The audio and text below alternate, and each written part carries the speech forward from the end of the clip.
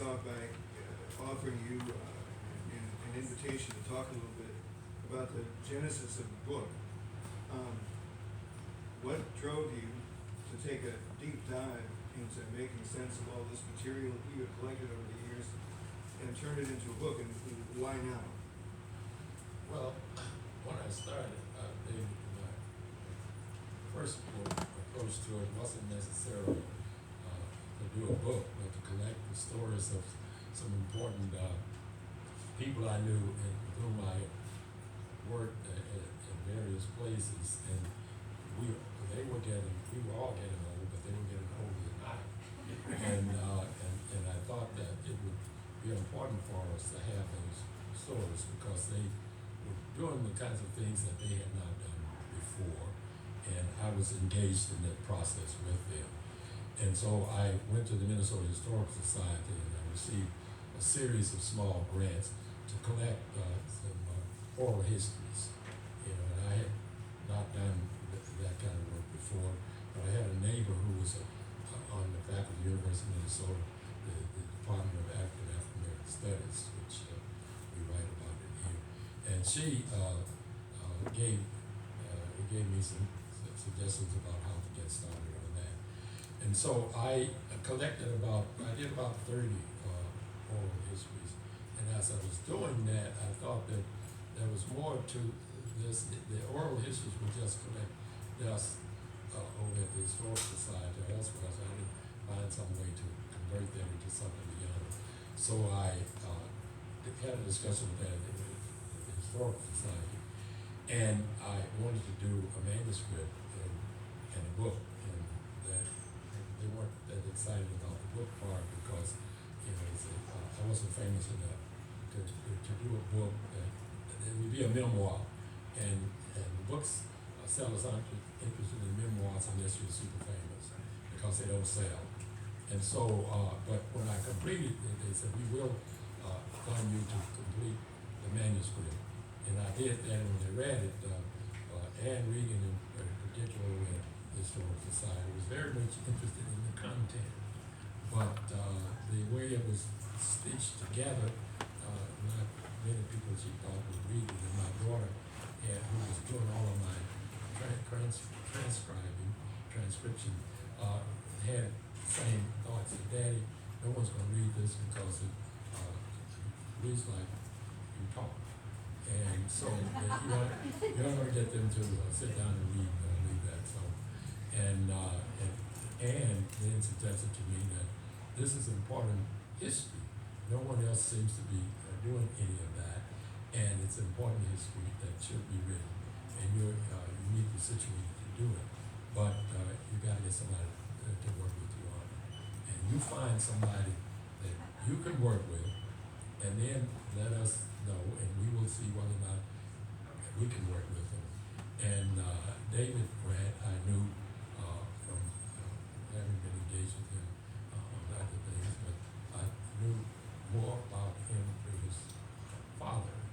David's father worked for Cargill and came here in the mid-60s, at the time we began to write the stories that we were writing about when we were having the violence in the streets and so on. He worked for Cargill, and he was able to get me an audience before the Cargill board of directors as the luncheon speaker. So I had an opportunity early on to speak truth to power, and I met and worked with people there and in other corporations, and that led to the creation of the coalition, which we were about. But none of that wouldn't have been able to share those stories and have them read as well as they read if I hadn't found somebody that could write better than I could. And I had a discussion with David, and he agreed to come on board, and so we dumped a ton of raw material on him. And so we literally rewrote the 300-400 page transcript that I had. And my daughter then gave me some good advice. She said, now Dad, when you give him this material, let him use his own imagination skills to put it together. Don't use him as someone who is editing what you have written and making it proper and grammatically correct, because it was still not read right. So, and then she was the one that came up with the read. So that's how we got on board to get this started, and it took us a couple of years really, because it was a big project. We thought we were going to get it done in January of last year, and we got it done and published May of this year. So that's how they did that. Yeah, it was a long process, but things take the time they take, and yeah, if I think about the other portions of that big unruly box full of manuscript and photos and notes and interviews. It actually was a lot more than 300 or 400 pages ultimately, but I'm so glad that you wound up finding your way to me, because it was a blessing, an amazing thing, an amazing opportunity to get to take a deep dive into that material. And I appreciated your bravery in terms of being willing to step away and just let me do what I had to do in order to help you, turn it into a book.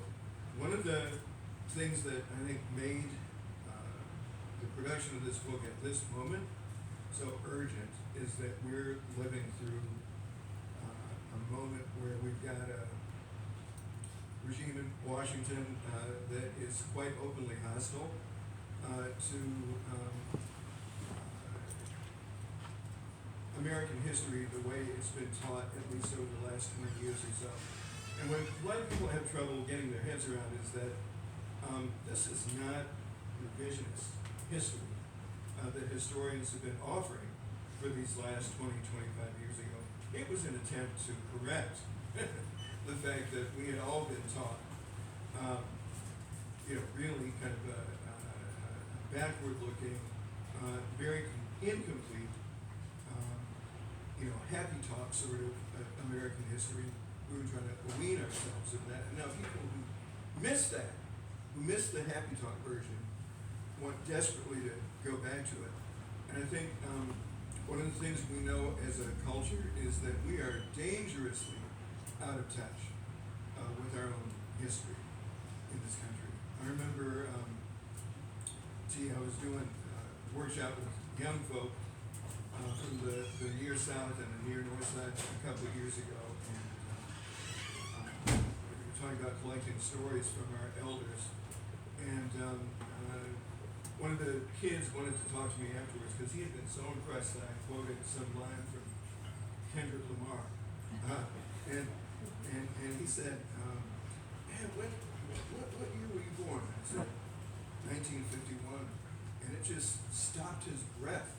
He was like, "Dang!" 1951. He couldn't wrap his head around how long ago that was. It was as if I had said 1851. You know what I mean? So I want you to know that you're sitting with someone here who, just to give us a little perspective, Barry Cohen and I, who's sitting up front, were talking about this on the way in, that T got to sit at the feet of a great-grandfather who was a Civil War veteran and hear stories of the Civil War from his flesh and blood. Okay? So we're not talking about ancient history when we talk about that incredibly bloody moment when America had an opportunity to kind of reinvent itself after the bloodshed and take a massive step forward, which we did, but it was only a tentative. Right? You know the story of Reconstruction and how it was dismantled. One of the things that it will strike home to you, right, is how much it's true that every time there seems to be a period in which the African American community takes a significant step forward, there is a powerful move to send us back in the opposite direction.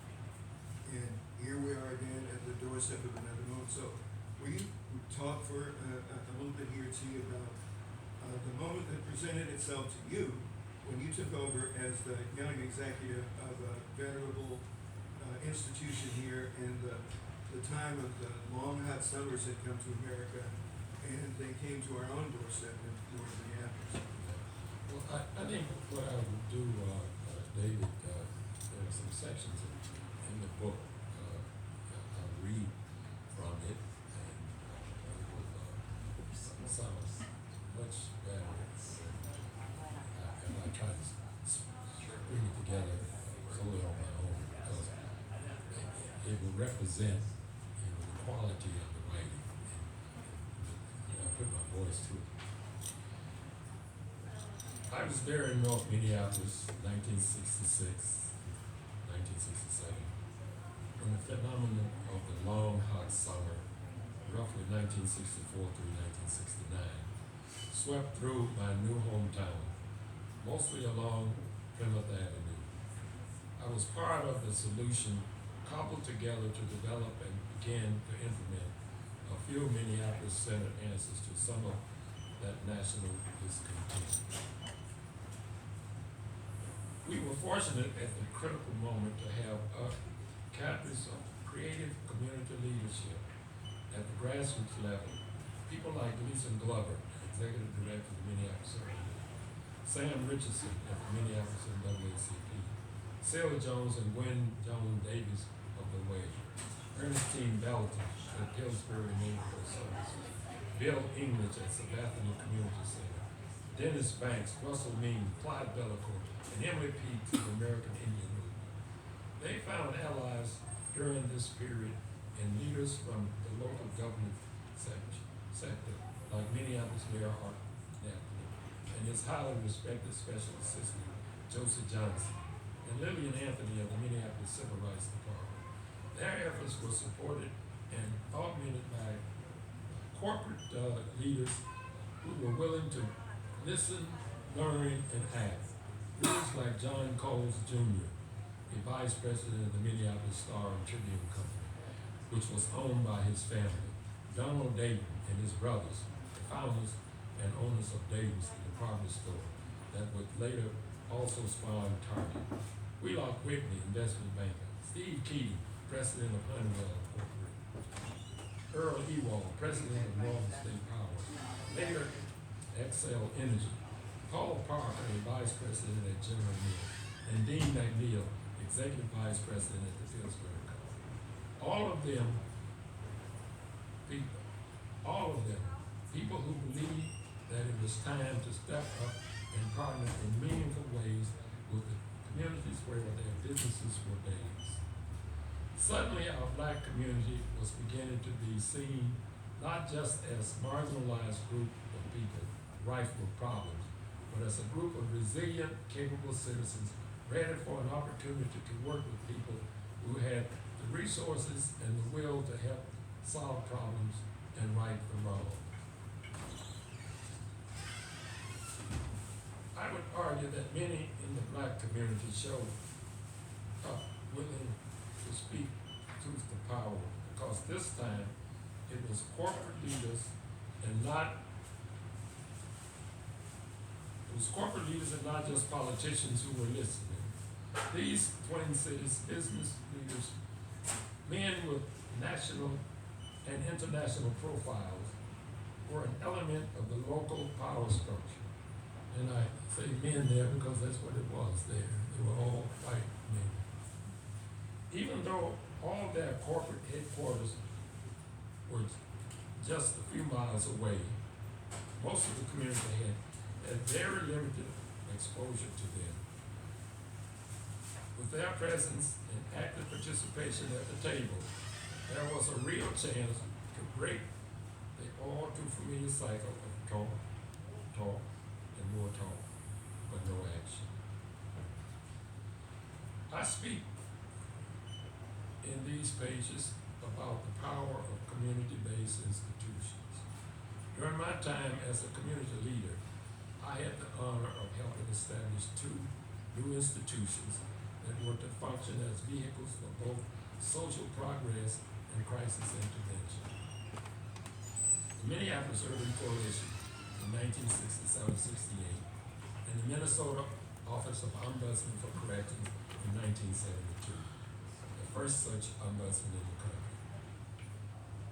Born in response to the violence along Plymouth Avenue in 1967, from that time until 1980, the Urban Coalition was one of Minneapolis' most consequential institutions for addressing social and economic justice issues in marginalized communities.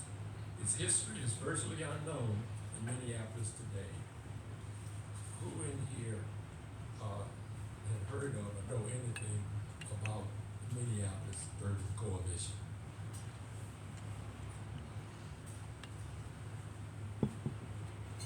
The creation of the Minneapolis Office of Ombudsman for Corrections was consequential to the move toward more equitable administration of justice in Minnesota prison system for 30 years. The story of the first ombudsman in Minnesota is an important part of the history that I am uniquely qualified to tell, since I was part of the process that created the position for which I was named in 1972. Who in here have heard of the Ombudsman for Corrections? And one of the people who heard of it is seated down front because she worked for me when I was the ombudsman. From 1965 to 1972, I also served as executive director of one of our community's oldest institutions, Phyllis Wheeler Community Center. Phyllis Wheeler was established as a settlement house in North Minneapolis in 1924 to help enhance the quality of life in Minneapolis' growing Black community. All three of these institutions fit the description of what Peter Berger and John Newhouse referred to as mediating institutions. Those institutions standing between the individual in his private life and the large institution of public life. They help bridge the gap between each one of us and the overarching society in which we live. They serve as a safety net, and they are often the places to which we turn in times of need. And there is a concerted effort now to disembody many of those institutions, and at the national level especially, to make institutions like that inconsequential, and which means that people who rely upon them now will be left strictly on that. And I spent 7 years in Phyllis Wheeler, and I will briefly tell you the story of how I got there, because I had no interest in becoming executive of Phyllis Wheeler, or even staying in Minneapolis, because we got to Minneapolis, I was recruited to come here because my wife is from Philadelphia and she couldn't stand, we were living in Chicago, she couldn't stand Chicago, she wanted to get out of Chicago. And I'd even gone back east for job interviews, but no one was hiring me. And so I got a telephone call, I'd come home from work one day, I was a social worker at the welfare department in Chicago, and I had a call from Minneapolis, and I got home, my wife said, Operator 18 called from Minneapolis. You had to call them back. I didn't do anything because I thought she was kidding. And that was back when we had to go to operators. And so I called, and I was invited by the executive of the settlement house called Unity, which no longer exists. I came here, and I was interviewed, and when I got back home, I told my wife earlier, I think they're going to offer me the job. What should we do? She says, they offered, take it. I said, well, we're not getting close to Philadelphia, but she said, we're getting out of Chicago. And so we came to Minnesota, and when I took the job, I told my employer that I could only guarantee her that I would be there for 2 years. And she was willing to accept that. And so I was there, and we worked at it, my wife and I and my 2-year-old summer camp in England, Wisconsin. And when we got back at the end of the summer and came back home, we learned that the executive director at Phyllis Wheatley, Henry Thomas, had gone over to become the executive director at Hattie Q. Brown in St. Paul, and there was a vacancy there. Well, that didn't concern me because I had begun to prepare to get out of Minneapolis in the next year. I got a telephone call from a woman named Min Himmel, and she invited my wife and me to lunch. And when I got out there, it was men and two other women, two black women. One was the wife of black doctor who was senior W.D. Brown, and the other one was executive of the National Council of Churches, Anna Hedge. And they invited us in, sat down, and I wasn't allowed to talk. These three women then told me what they expected of me. They wanted me to become the next executive director for this week. And I told them I couldn't apply for that job because I told my employer I'd be able to get. They told me not to worry about that. They had already consulted with my employer. So I thought, God, what's going on here? Well, to make a long story short, I said, well, I can't apply for the job. But what I will do, if they send me on that and invited me to interview, I will go. You talk to my wife and get my stuff. And they did that. They sent the letter. I went, I interviewed, I got the job. And my life was changed forever after that. And things began to happen. That was in October 1965. 1966, we had Plymouth Avenue 1. 1967, we had Plymouth Avenue 2. And then our Plymouth Avenue 2 became the Minneapolis Urban Coalition. And then we did all of that, and then things began to happen. I found myself always in the middle somewhere of things as they began to happen.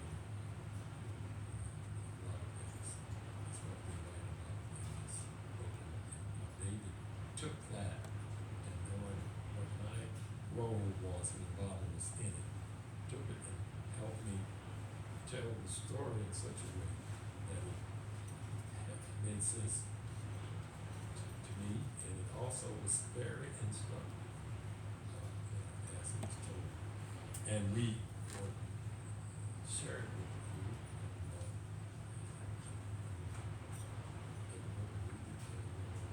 Well, one of the things, T, that interested me about your description of what your process was, right? As you began to settle in to the Twin Cities, learn the landscape, socio-political landscape of Minneapolis, was that it became very interesting to you the more you began to see the differences between the socio-political landscape in Chicago, which you had come to know very well, and what the situation was here.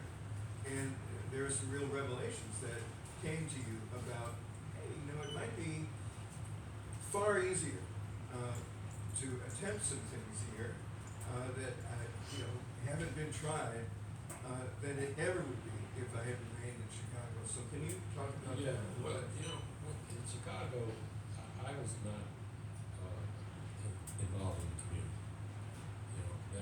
I went to work and came home and go back to work, came home, did family stuff. Because the price I would have had to pay to become community engaged, civically engaged in Chicago, I really would have paid. Richard Daley was the mayor at that time. He had a tight political machine, and everything went through him and people that worked for him. And so I would have had to become a Daley person, and I said no.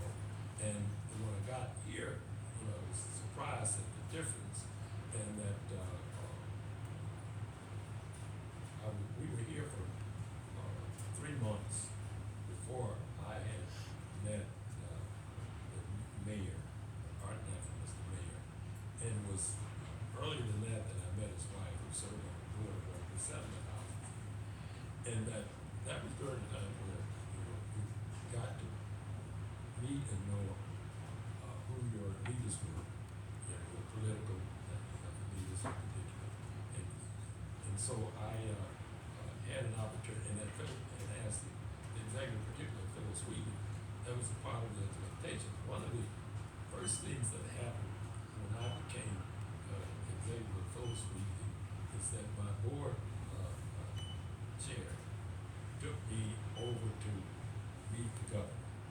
You know, at that time, you know, my chances of meeting the governor, if I remained in Illinois, was zero. You know, but Carl Rovard was the governor, and my board chair was a fellow named Irv Nimrod, and he was, you know, big shot at the DFL party, and so he took me over, and also on my board, I had on my board of directors at Phyllis Wheaton, the executive secretary, as they called it at that time, to the governor, and then I also had a state senator on my board, and a county commissioner on my board, and so that I was thrown into that, and I had to really I had to learn it fast about how to use those connections, and I had never heard someone say, "Are you going to the precinct caucus?" And I said, "What's that?" And because in Chicago, and I never will forget my first precinct caucus I went to. At that time, they were the whole precinct, the fifth precinct, which I did, was the fifth ward, which I did. All of the precincts in that caucus together in one place, and I got to that caucus and found myself in the middle of a political struggle that I didn't know anything about. In 1966, some of you was old enough to know about that. That was the year that there was a big split in the DFL party. Carl Rovard was challenged by Senator Keith, Lieutenant Governor, and I was put right in the middle of that, and had to struggle to get my way, because I was put on a list of delegates. And after I got off that list, and I heard about these stories of where people ballots disappear, and I'm watching the counting of the ballots, and clear view to what people were counting. And one of the counters, I saw him roll up a piece of paper to do this. And I'm not going to swear to it, but I think that he was eating that as they were on it.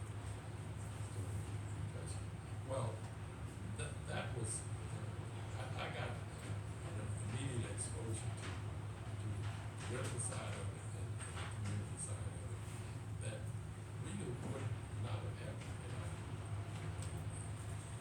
Chicago. It's through those networks that were there that when time came to following 1967, when they had disturbance on Plymouth Avenue, and Lyndon Johnson convened corporate leaders and county officials and nonprofit leaders in Washington, and cajoled them and sent them back and said, "You do something, go back, form some urban coalitions and resolve these issues in your communities." Well, Minnesota and Minneapolis in particular took that person, and they came back, and a group of 14 corporate executives got together. Well, they did what they knew how to do, and the only people they knew were other white men, and so they wanted to do something. So Martin Ather was pushing it, and so they said, "You know, what you do a study, of course, to find out if something is feasible." So they went to Martin Ather, and they went to a white man and said, "You know, we want to do a study." And the white man that they went to was smart enough to know that if he did a study, they wanted to do a study with feasibility of establishing a coalition. And if he did a study, a white man doing a study on a committee, trying to figure out whether or not an organization to deal with their issues is established, he would have zero credibility. And he'd probably get run out of town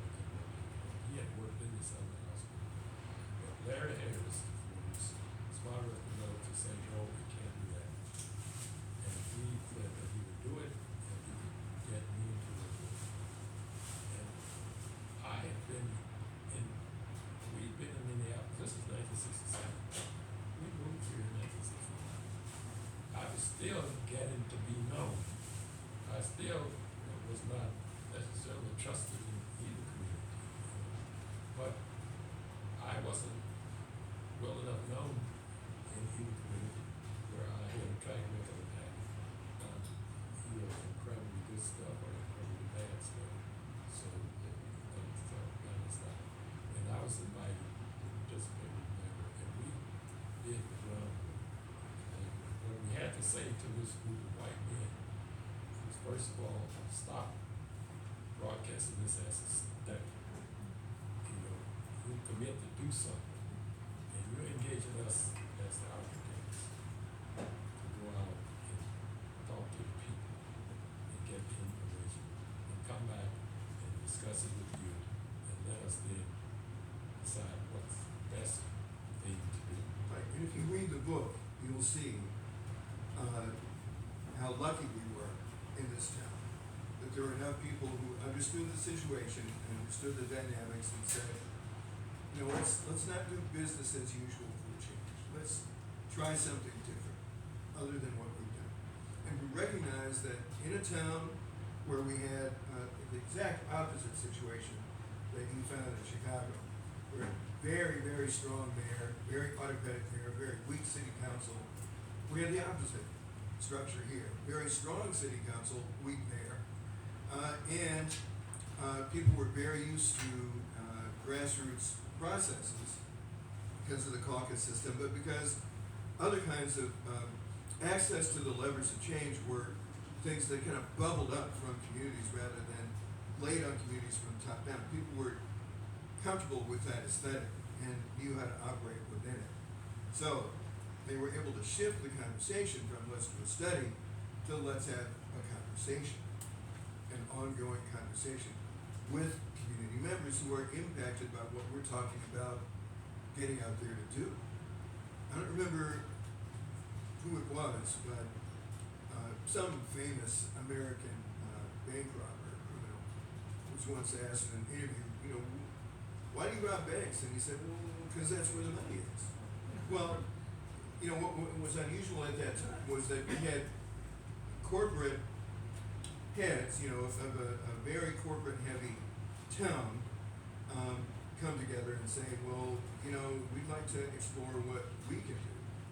And what wound up happening within the Urban Coalition was that grassroots mechanism that people hobbled together on the fly, trying to trust each other, trying to trust the process, came up with a process through which ideas could bubble up from the community, land on the desk of these partners who were in the corporate world, and those ideas didn't have to go through a long vetting process. Nobody needed to, layers of committees didn't need to vote them up or down. You know, small mobile committees could say, well, let's try it. And checks would be written and projects would be mounted. Sometimes within 30, 60 days of when they were first discussed at the community level. It's amazing. That's miraculous. You know? We would so much like to, turn the dial back. You know, if we had an opportunity to reinvent that and reinvigorate that process, we would surely do it. Right? I liken that what happened then to a movement. And and when you're dealing with movements, in the moment, often think that not much is being done. You're wondering whether or not the things that you're doing now is making sense. Are you making progress? Well, you have to wait and take a retrospective look at what happened during that time. This is part of what we do here. The Urban, one of the institutions we write about, the Urban Coalition, in the moment, and I can recall some of the tumultuous meetings that we held, and people would throw up their hands and nothing is being done, and would walk out on the meetings, that we look back and look at now things that we can identify when we listen to the book and connect it directly with that Urban Coalition. Because one of the things that it was a network. And it brought people together in that network that never would, under ordinary circumstances, be able to connect. I mentioned some names in there earlier, like for example, that Phil Jones Davis was one, and haven't seen him again. But the creation of an organization called the Legal Rights Center, Peter Dorsey from the Dorsey Weekly Firm, big time lawyer, and Clyde Delacour and Sil, an ordinary circumstance, where would those people meet? That socially different, there are no opportunities to do that, because they live in separate, different worlds. But at that one place, they came together, the urban coalition, where they could connect with one another, to communicate and share their issues and concerns. And it was an opportunity to educate one another, so that people made connections there. Where would you be able to find a mother who is on welfare and leadership position in a community organization, seated next to the CEO of Honeywell? In what world? That's the only place you're going to find it. Well, she had an opportunity to talk directly to that person. Now, it's beyond the business at the table, but where they had an opportunity to connect, and that happened. And that one of the other things that was PPL is an argument, maybe familiar with PPL. Well, at that time, Joe Savaggio was a priest, struggling in the community, and he became a part of this organization. And he had an opportunity to meet and connect with all of those. Joe was full of ideas. He didn't have the resources to implement them.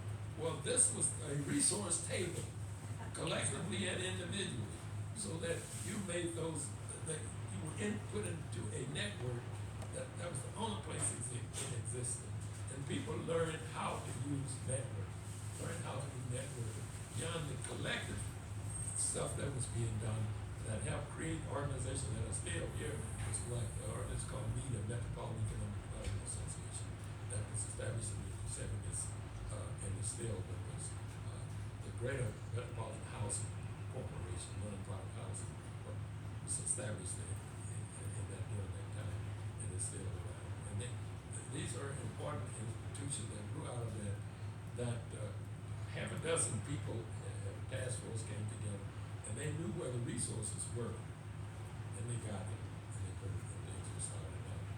When that was happening, because the product, the results from it were not immediately present, and we could be doubtful in the moment, but afterwards, we could see the results of it.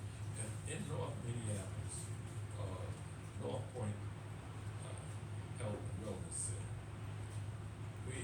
it's a pride for being, they have a brand new facility over there. But Hennepin County did not want to be in North Minneapolis, because everything, all of their services were centralized. You had to go downtown. Right, you come to us downtown. Yeah, that's right, you come there. Well, the people, the agencies, and I was at Phyllis Wheatley at the time, there were 19 agencies that signed on to help to get the grant that created what was then called Pilot City. And then we did war with Hennepin County commissioners and others in the county, and the Hennepin County Hospital, to get them to bring those services to North Minneapolis. And they were threatening to take them out every year because they didn't like how the residents were agitating them and behaving and insisting upon change and the like. And so it was a constant battle. But now, it's a $70 million facility that's over there. And many of the people who are working in that place now have the famous ideas of but these are the stories that we write about, and others, and then we go to at the end we thought we would present something that we thought one to look at as takeaways from all of this experience. So you write about it, and what was the purpose of doing that? The purpose was to inform, to let you know something about that part of history, and that what's going on now is not new. It's just in a different form. And the struggles have always been there, and the people have had to fight and had to challenge. And we wanted to give you something a little bit more that there have been times that we've gone through this time after time. And we tend to be a little lazy when it comes to our history and looking back to find lessons that we can bring forward and reshape and apply to the present. Well, let's hold that thought, team, and we'll come back to that at the very end, which it would really make sense to do. I do want to, speaking of the history of all this, I do want to give you a little bit of a flavor of what the institution that T was brought to town to steer, Phyllis Wheatley. I want to tell you a little bit about the origin of that organization and kind of give you an idea about what its place was in this community. If you buy the book, on page 79, there's this wonderful photo of this sister, Gertrude Brown, who was a real human services pioneer back in the day, and she became the founding director of the institution that T carried the torch for those 7 years that he was executive director. But man, did she lay a powerful foundation. And we want you to understand a little bit about why Phyllis Wheatley was so badly needed in these twin towns when it appeared. The African American community leadership at the time saw the proposed focus on Negro girls, because that's what the Women's Christian Association wanted to fund. Especially they were thinking about Negro girls in trouble. And that's what the focus of the house was going to be. But the community saw that focus as much too narrow, because cultural, social, or recreational spaces were not available to any of the approximately 4,000 black folk living in Minneapolis in 1924. But the black community had an even deeper, more fundamental need, an institution that could position itself to fight for social justice, to oppose all of the many ways that anti-black discrimination showed its ugly face. For the long haul, in response to this critique from the community, the new center hired W. Gertrude Brown, who was an associate of Settlement House movement pioneer Jane Addams, who many of you know that name. The black community simply had a better understanding of its community's needs than the all-white WCA, and W. Gertrude Brown was the right person at the right time. From its earliest days, Phyllis Wheatley differentiated itself from the other settlement houses in the state, and most of the settlement houses in the nation, because under Brown's leadership, social justice was unambiguously central to its mission. In contrast, up till this moment, the central mission of the nationwide settlement house movement was to help new immigrants find the smoothest possible pathway to assimilation into American life and culture. European immigrants to these shores have been a big part of the American story ever since long before independence. But the country had never seen such a tidal wave of immigration as the one that arrived between about 1880 and 1920. Irish, Scandinavian, German, and other European immigrants came in large numbers to the East Coast and the Midwest to escape the harsh realities of grinding poverty, starvation, and crisis levels of civil strife. Many Jewish immigrants were among them, driven by the same pressures but fleeing the murderous pogroms that swept across much of Central and Eastern Europe during this period. Their arrival was the primary driver for the settlement house movement, which aspired to provide a progressive, optimistic answer to a complicated two-part question. Number one, how do we welcome into our country over 2 million people from dozens of different cultures, speaking dozens of different languages, helping them assimilate well enough that they can forge a shared identity with each other and with the rest of us as Americans. And two, can we do this in such a way that we turn a crisis into an opportunity for America?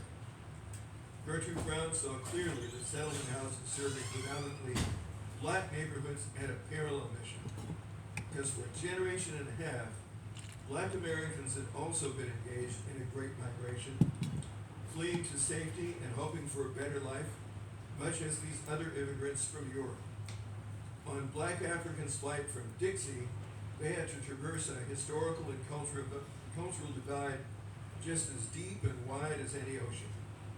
But Brown could also see that there was no national sense of urgency about creating a smooth pathway into the heart of American life for them. In the world she knew, the old roots of anti-black prejudice and animus ran too deep for even the most optimistic person to think that this social reality would change anytime soon.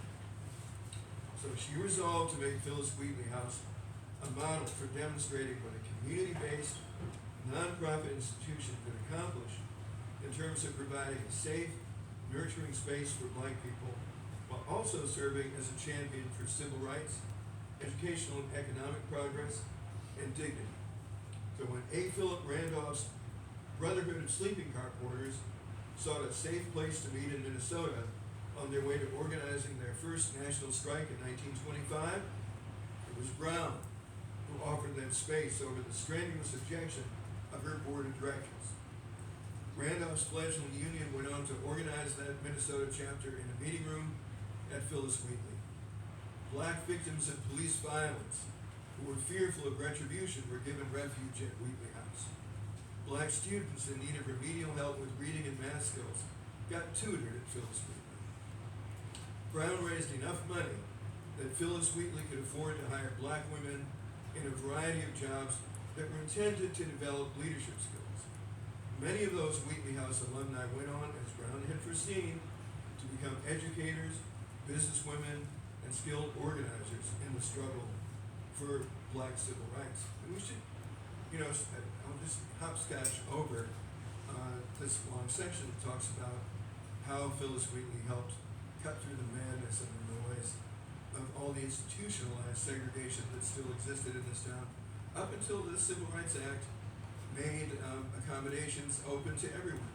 People forget that as recently as 1964, if you were a black family trying to do your back-to-school shopping with your kids, you better pack a lunch if you're going to be in downtown St. Paul or Minneapolis, because you couldn't eat at a lunch counter there. You couldn't eat at the Dayton's lunch counter.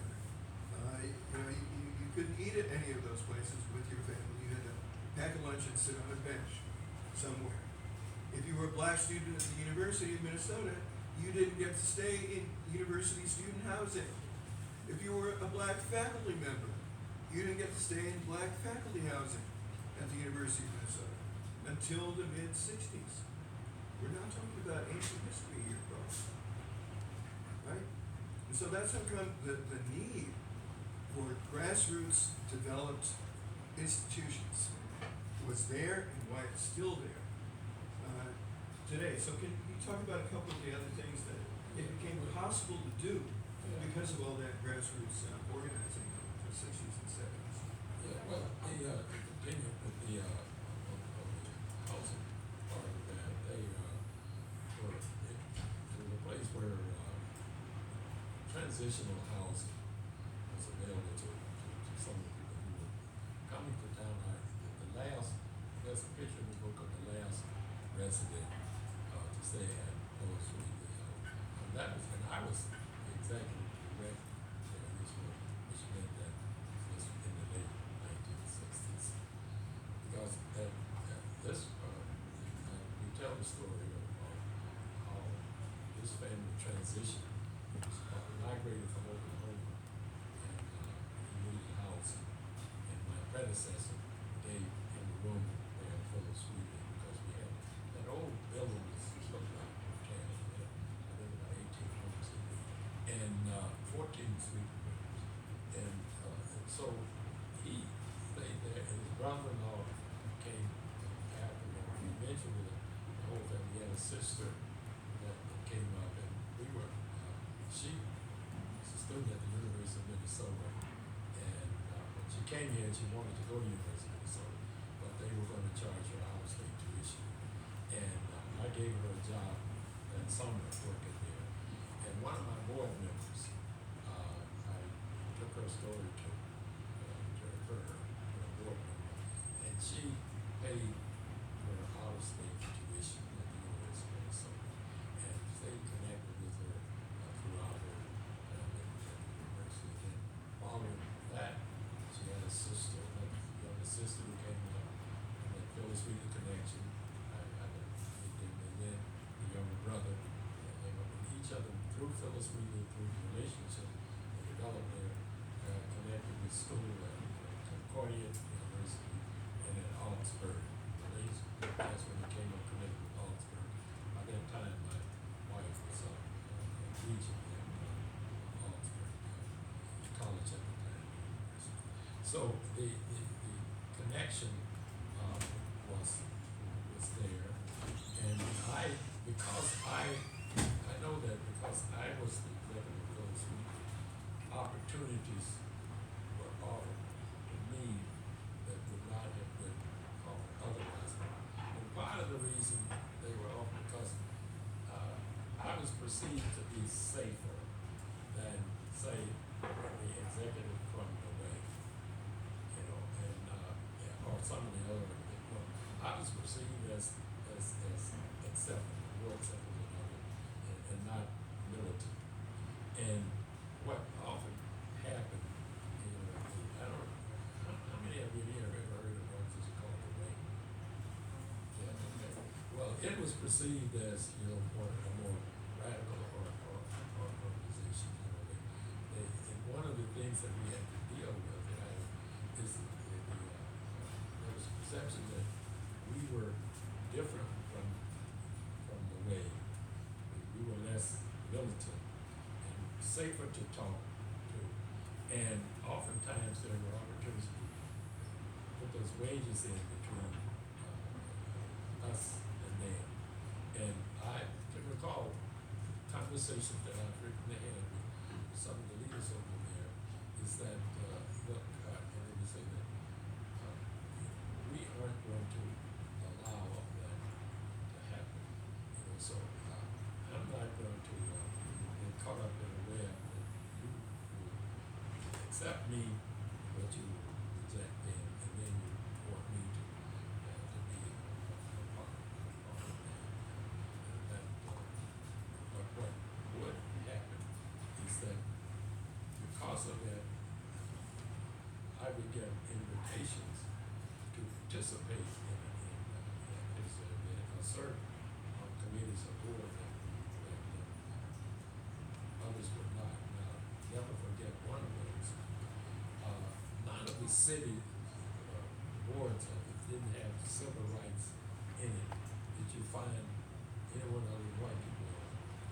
And there was an organization called the Civil Long Range Planning Committee, CLIC, and there was, because they made decisions about the city's investments, infrastructure investments, and there's never been a person of color on it. And they were pressed to have someone, so I was invited to join. And I had a conversation with a couple of my colleagues that were perceived to be more militant than I am, that we decided that we would have pushed to get more than one being a lone person on the board. And those were the times that people came into meetings to take them over. And I was supportive of the group that came in and made demands of this organization that they would take together on their boards. And that after they came in, and I said, they came in and made the traditional noise that gets made, and after that, it was then what that did, it opened up an opportunity for them to invite others on there. And so, because I was alone on there, then I got looked to help identify who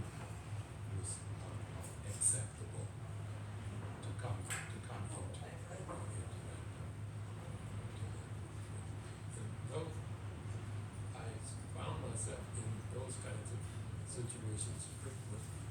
And one of the times, I was the Minneapolis Foundation had a position on their board, a black member of that. And when that person went off, it's just, well, that time you find one black on several of these boards, and they go off and get replaced by another black. And so I was on the Minneapolis Foundation board, 10 years about to the end, and you would, when you were going off, you became the nominating committee. And I sat through this discussion, I was only nominating committee, all that would hear one name would get brought up. And so I decided that, I asked the question, I said, is there anything written in the Minneapolis Foundation bylaws that says that there can only be one black person, a person of color, or elected at one time? And there was dead silence. And I noticed that, and they said, no. Well, at that time, when we put our slate forward, there were 3 people, 2 black, and they were married, that were on that recognition that board was selected. From that time forward, the Minneapolis Foundation had never had less than 3 people of color on that board of directors.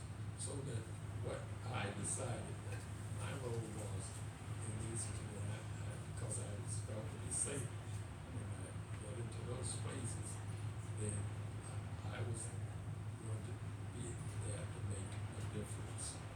You know, the opportunity came up for me to make that difference. I would do it. And finally, I would say, this is who I talked to, because I had some people I knew in the community, some of them were friends.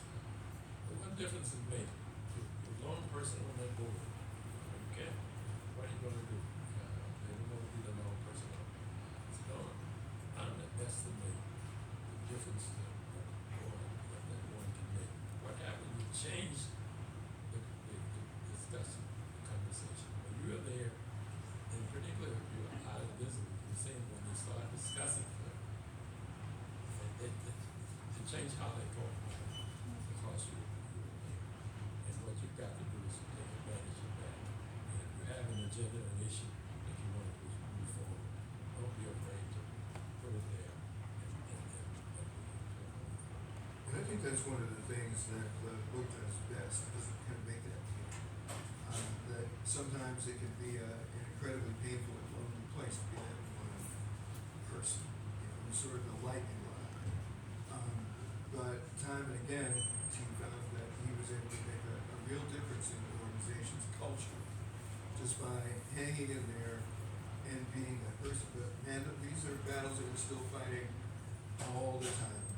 And we always, even today, in 2025, we hear people in organizations say the unspoken part out loud, right? The silent part. That, oh, well, we already have our black person, right? On the board, or our person of color. Still not connecting, right, with this deeper set of truths that we need to become, that need to become a part of American culture, part of our family. I want to share this final thing here, and then maybe we can.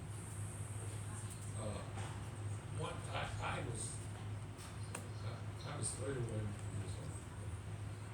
I was made executive director at those women told me into it. And I had, at that point in time, zero experience in running an organization. I've never put together a budget. I don't even know if the family budget. Heard who did that. So they had, they put an awful lot of trust in me and given me this iconic organization and said, now you're in charge, you're responsible. And I didn't know what that meant. I thought it meant something different because I'd never run anything before. And then I'll never forget my first board meeting, and I showed up, we had less than a quorum. And I was upset. I said, you know, what did I get myself into? You know, what do they expect from me? You know, so I came back to my office and I decided that I would wipe the board alive. Tell them what I thought. And I did that. And I wrote to them and I was disappointed in them. That you hired me to run this organization and you didn't show up. And it was almost that blunt. And I didn't share it with anyone else. After I read it, I wish I had shown it to my wife. She would have said, tear it up. But I sent it. And I'm in there because I'm the boss. And I'm sitting in my office and then about time enough for people to get the letter. I was when we came, right when we were about 98 pounds, something like that. And she came storming with that letter in her hand. And she smacked me down on my desk outside. And took a step back and said, how dare you send a letter like this to me? Stop on me. I was stunned. And she ripped through me. And she did that. She stopped and sat down and said, "Ma'am, let me give you some advice." And she told me about the old. She said, "No, I didn't know anything about it. I was hired as executive director, the person, the boss. That's the top position in the organization. I thought I was in charge. They should report to me. And I learned what was and she, the other thing, what I liked about her, that after she weaned me out, she didn't abandon me. And she also taught me that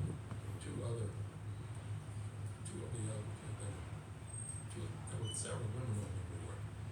And she rallied the women on that board around me. Because I had some problems getting sometimes support the men on the board. But they got me through that crisis that women needed to, because one of the things I had to do early on that I had to fire someone that they should have fired. But I had to fire. And so I got support on that. And the interesting thing was the person that I hired a black woman on the board. And I hired the white woman. Because it was the only one this was in 19, I'd been in many doctors for less than a year when I became executive. So I really did. And I worked with the husband of the woman that I hired. And she had great experience. And she knew a lot of the kids that came to the center. And I needed to have some success.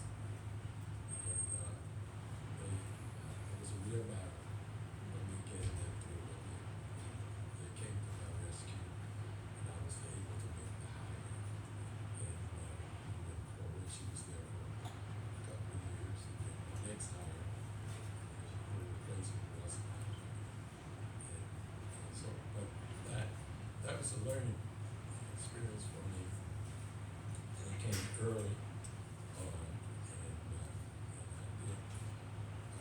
I learned a great deal about how to interact with the board of directors and how to consult when you have tough decisions to make. Don't always think that you're alone in that process. At least have one or two other people with whom you can consult before you leap into the pit. I learned that. And that was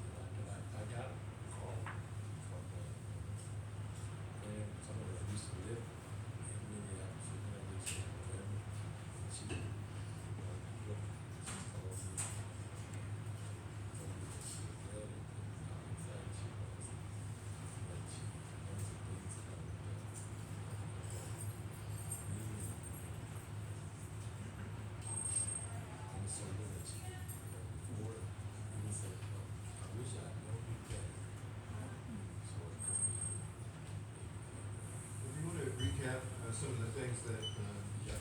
we pass along to young leaders at the end of the book, and then we'll open this up for some questions from you all.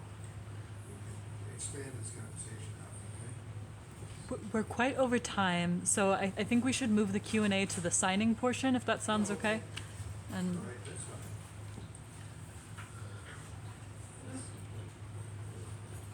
You were right there. Just before This this. is, yeah. This is,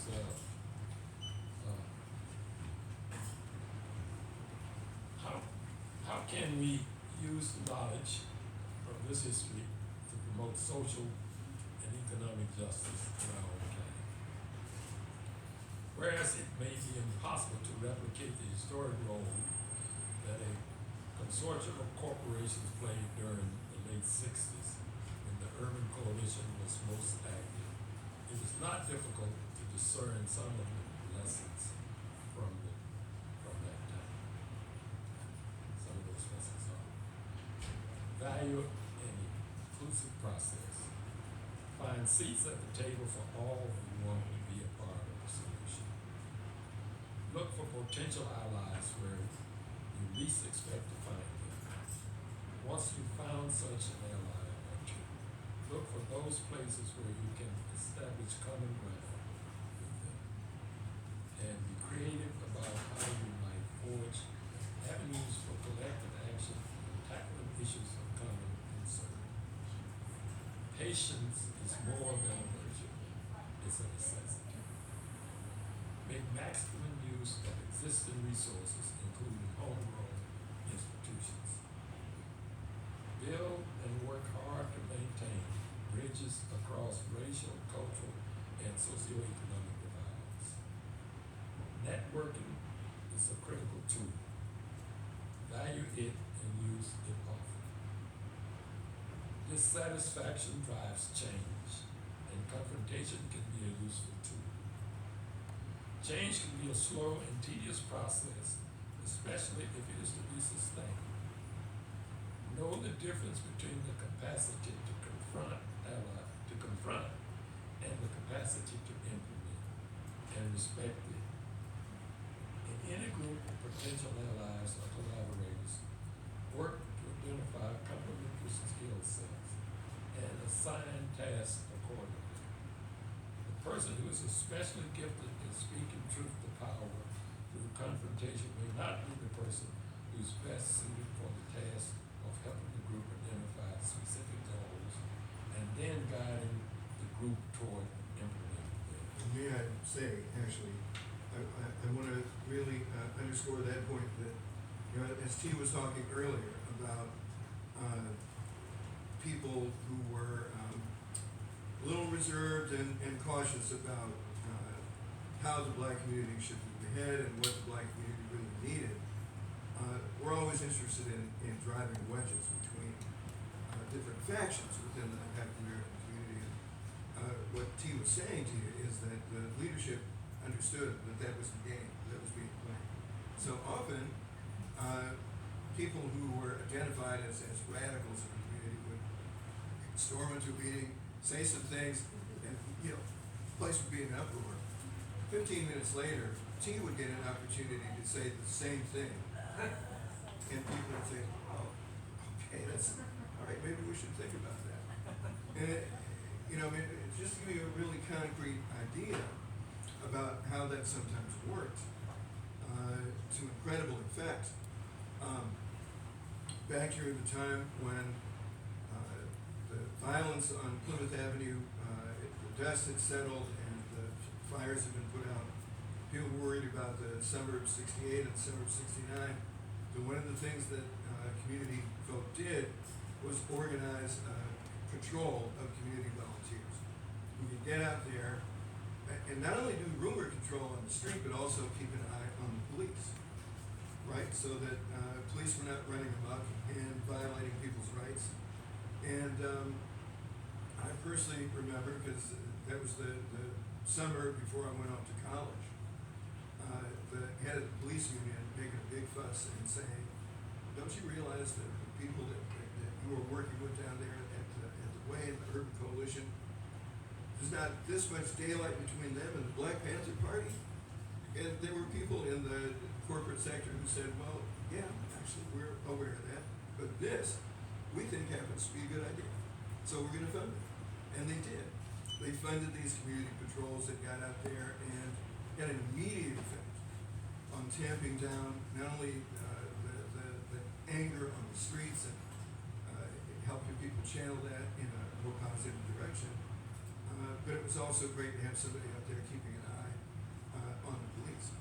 It costs, I don't know what it would be in today's dollars, but it costs $200,000 a year to fund those community patrols in Minneapolis and St. Paul. By comparison, the city of Minneapolis spent $70 million just 2 years ago, just paying out claims for police misconduct. We're not even talking about the police budget. We're talking about $70 million in taxpayer money that went into cleaning up some of the mess left behind after police misconduct. And the level of police misconduct went way down. And a lot of police officers actually reported that they enjoyed working with the community patrols once they got to know some of the people, and once they realized that they'd been relieved of a whole lot of the kinds of duties that they don't like to do anyway. Right? So I'm just saying, we can look for opportunities, right, to recreate some of the more creative aspects of what bubbled up from the community back then in order to face the crises that we've got on our plate now and crises that are going to come up in the future. Clint, Minneapolis, Twin Cities, following the assassination of Martin Luther King Jr., there was a high expectation that there would be descendants, because that's what was happening across